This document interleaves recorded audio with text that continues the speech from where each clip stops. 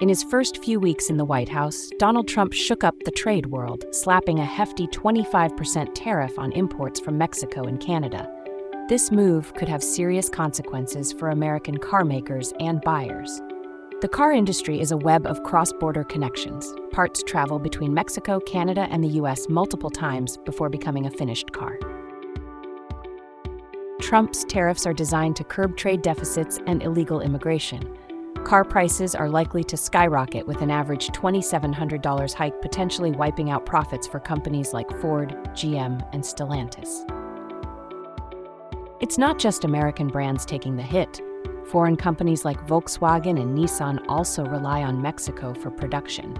These tariffs could hurt global manufacturers and drive up prices. Car makers are already trying to avoid these extra costs, stockpiling parts, shifting production, and considering more American-made components.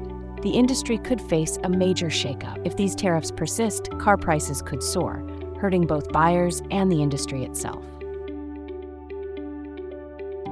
Will Trump's tariffs be a short-term strategy or a permanent fixture? Only time will tell.